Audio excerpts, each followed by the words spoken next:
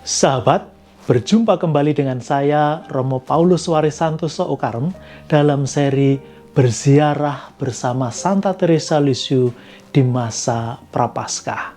Kali ini kita akan membahas mengenai menjawab permintaan Tuhan dengan sukacita. Apakah yang harus kita jawab? Bagaimana menjawabnya? Akan kita lihat nanti setelah kita mendoakan doa malaikat Tuhan. Demi nama Bapa dan Putra dan Roh Kudus. Amin. Maria diberi kabar oleh malaikat Tuhan bahwa ia akan mengandung dari Roh Kudus. Salam Maria, penuh rahmat Tuhan sertamu, terpujilah engkau di antara wanita, dan terpujilah buah tubuhmu Yesus. Santa Maria Bunda Allah, doakanlah kami yang berdosa ini, sekarang dan waktu kami mati. Amin. Aku ini hamba Tuhan, terjadilah padaku menurut perkataanmu. Salam Maria, penuh rahmat Tuhan sertamu, terpujilah engkau di antara wanita, dan terpujilah buah tubuhmu Yesus. Santa Maria Bunda Allah, doakanlah kami yang berdosa ini, sekarang dan waktu kami mati. Amin. Sabda sudah menjadi daging dan tinggal di antara kita.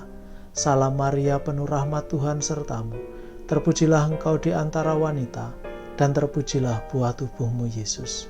Santa Maria Bunda Allah, doakanlah kami yang berdosa ini, sekarang dan waktu kami mati. Amin. Doakanlah kami ya Santa Bunda Allah, supaya kami dapat menikmati janji-janji Kristus. Marilah kita berdoa. Ya Allah, karena kabar malaikat kami mengetahui bahwa Yesus Kristus Putramu menjadi manusia, curahkanlah rahmat-Mu ke dalam hati kami, supaya karena sengsara dan salibnya, kami dibawa kepada kebangkitan yang mulia, sebab Dialah Tuhan dan pengantara kami. Amin. Sahabat, kita sekarang hidup di zaman sosial media, di mana segala sesuatu diukur dengan bukti berupa gambar atau video. Juga kalau kita melakukan kegiatan amal kasih, kita membantu orang, kita berbuat apapun, itu seolah-olah dikatakan kebohongan, berita bohong kalau tidak disertai gambar, kalau tidak disertai video yang menyertai. Maka tidak heran kalau misalnya ada video, ada foto-foto mengenai orang berkarya sosial, memberi makan orang yang berkesusahan, menyumbang ini, membantu itu, dan seterusnya. Itu zamannya. Entah orang mengunggah di laman-laman sosial media yang mereka miliki, banyak hal bisa dipakai. Ini zaman sekarang. Tetapi apakah memang iya harus begitu? Apakah memang segala perbuatan baik kita itu harus ditunjukkan? Kalau iya, untuk apa? Dan mengapa harus dipertontonkan segala tindakan-tindakan baik kita itu? Santa Teresa Lisieux, dia sungguh-sungguh mau menjadi murid Yesus yang baik.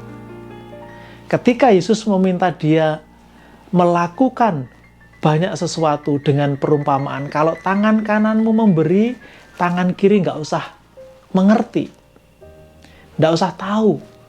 Cukup Bapamu saja yang di surga yang melihatnya yang tahu.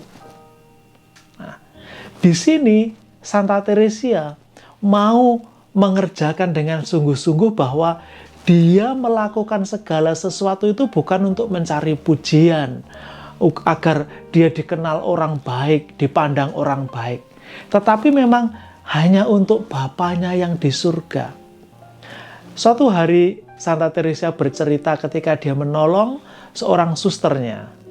Jadi dia tahu bahwa ada satu suster yang duduk di kursi roda yang harus dibawa ke ruang makan. Jadi setiap kali jam makan harus dibawa ke kamar makan, lalu nanti dibawa kembali. Hal yang kecil yang dia bisa buat dan dia melakukannya dengan gembira.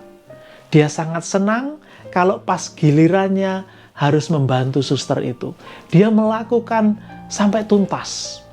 Dia mengerjakan bukan sebagai tugas karena dia adalah novice, jadi suster yang baru masuk, tugasnya melayani suster-suster yang senior, yang sudah sepuh, apalagi yang sedang sakit, tidak bisa berjalan.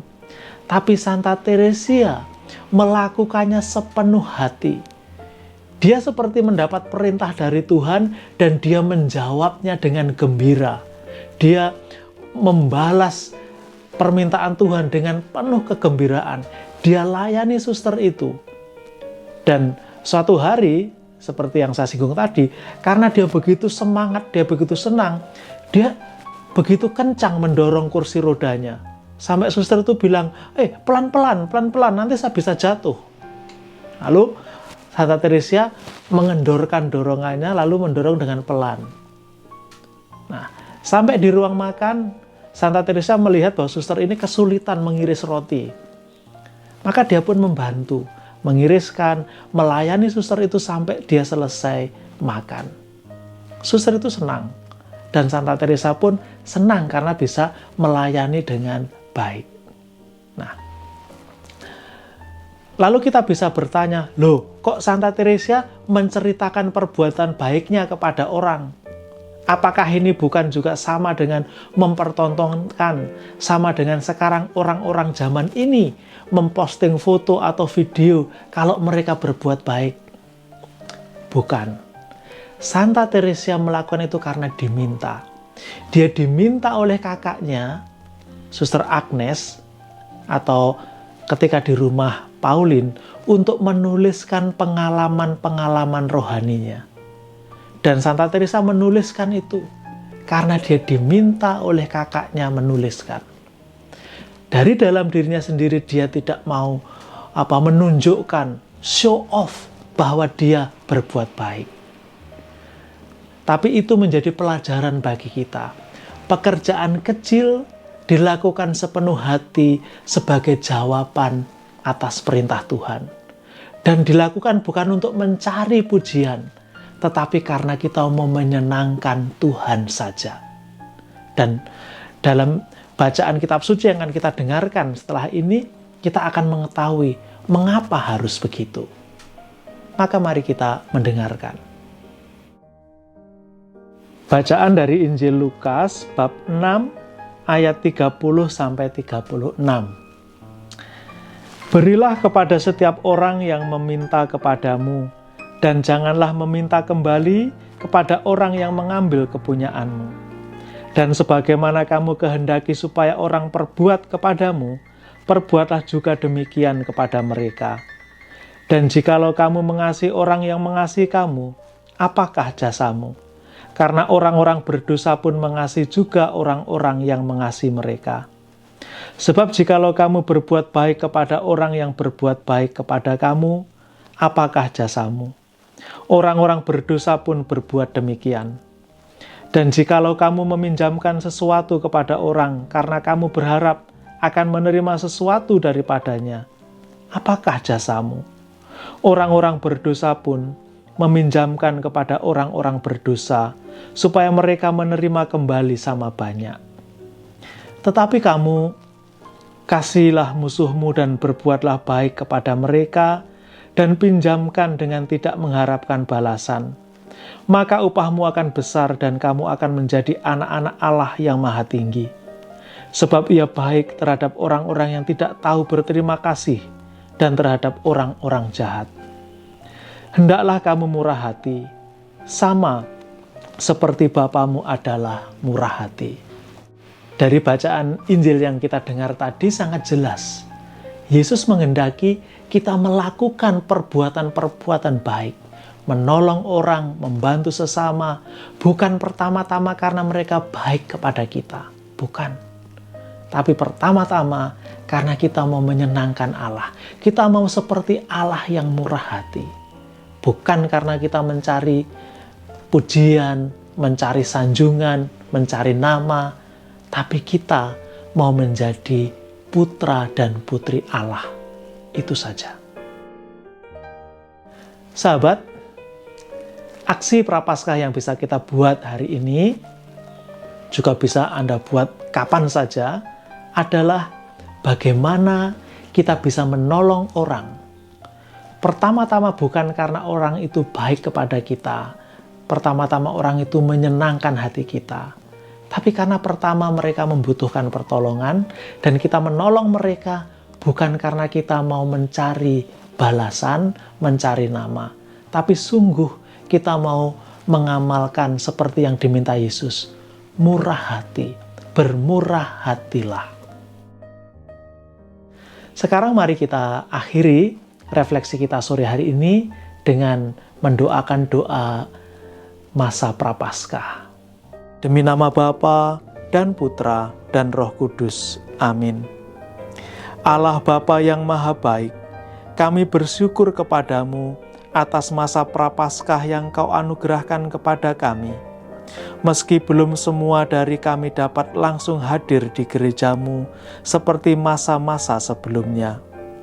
Lewat masa Prapaskah ini, Engkau mengingatkan kami untuk menyadari segala kebaikan-Mu. Selama masa Prapaskah ini, Engkau melimpahkan rahmat untuk menyegarkan iman kami. Engkau mengajak kami bertobat, menyesali kekurangan dan dosa-dosa kami. Engkau mendorong kami untuk melepaskan diri dari belenggu nafsu yang menyesatkan.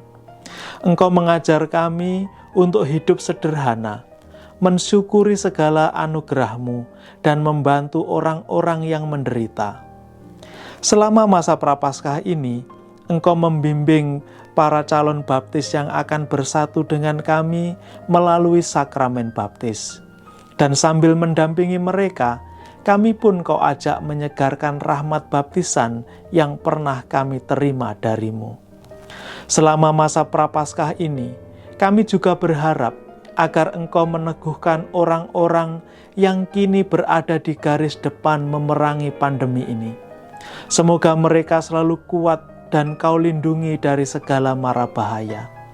Berkatilah keluarga mereka juga, agar senantiasa sehat senantiasa.